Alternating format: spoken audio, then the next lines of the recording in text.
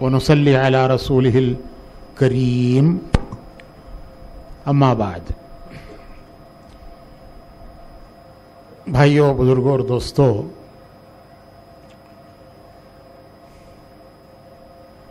اوقاف کے سلسلے میں جو اس وقت حکومت ایک قانون لانے کی کوشش کر رہی ہے، جو موجودہ قانون کو بڑی حد تک بدل دیتا ہے، اس میں بہت سی چیزیں ایسی ہیں کہ حکومت کا تسلط، ان کا قبضہ اوقاف پر بڑی حد تک ہو جاتا ہے. مثلا ایک مثال دیتا ہوں، میں بہت سی چیزیں اس میں ہیں، لیکن ایک مثال دیتا ہوں کہ کسی بھی وقف کی جائیداد کے بارے میں اگر کوئی ڈسپیوٹ ہوا تو ابھی تو اس کے لیے ایک کمشنر ہوتا ہے، وہ اس کو تحقیق کرتا ہے، پھر بورڈ کے سامنے رکھتا ہے. آئندہ اگر کوئی ڈسپیوٹ ہوا تو کلکٹر کو اختیار ہوگا، ہر ضلع کا کلکٹر اسے طے کر سکتا ہے. ہر ضلع کا کلکٹر اس کے بارے میں طے کر سکتا ہے کہ یہ زمین وقف کی ہے یا حکومت کی ہے.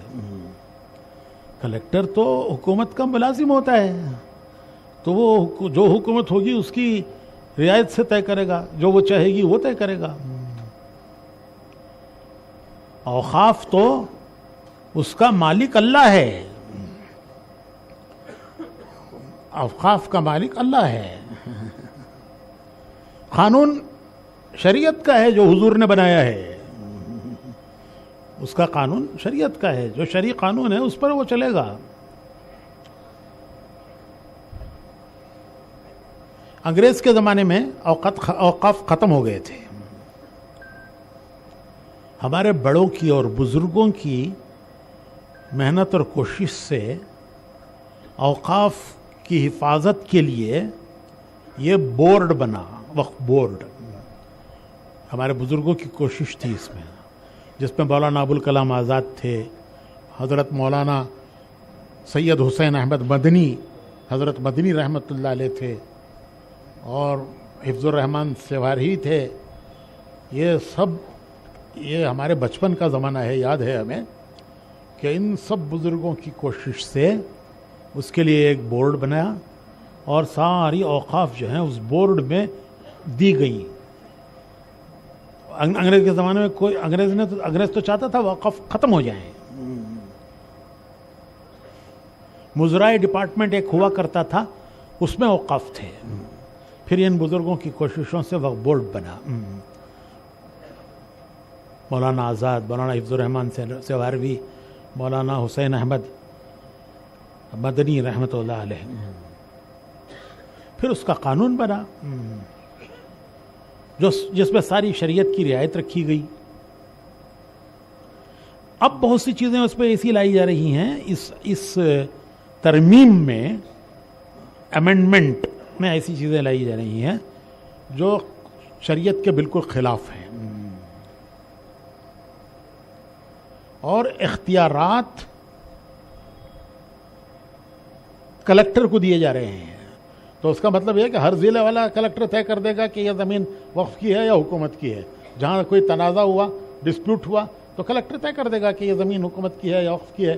وہ کلکٹر تو حکومت کا ملازم ہوتا ہے، وہ تو جو کرے وہ طے کرے گا جو حکومت چاہتی ہے.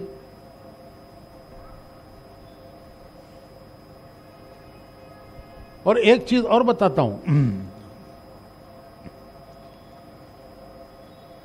ایک ترمیم اس میں یہ بھی ہے کہ سارے اوقاف کو کمپیوٹرائزڈ کرنا، پورٹل پر اس کو رجسٹر کرنا. اس کا ایک پورٹل بنے گا، سارے اوقاف کو اس پورٹل پہ لانا.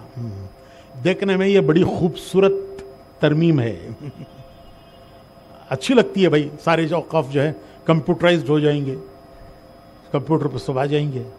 لیکن یہ ایک سازش ہے. وہ سازش یہ ہے کہ جب آپ اوقاف کو کمپیوٹر پہ ڈالیں گے تو وہ 50 چیزیں مانگے گا آپ سے کہ یہ وقف ہوا، اس کی کیا تمہارے پاس کیا پروف ہے،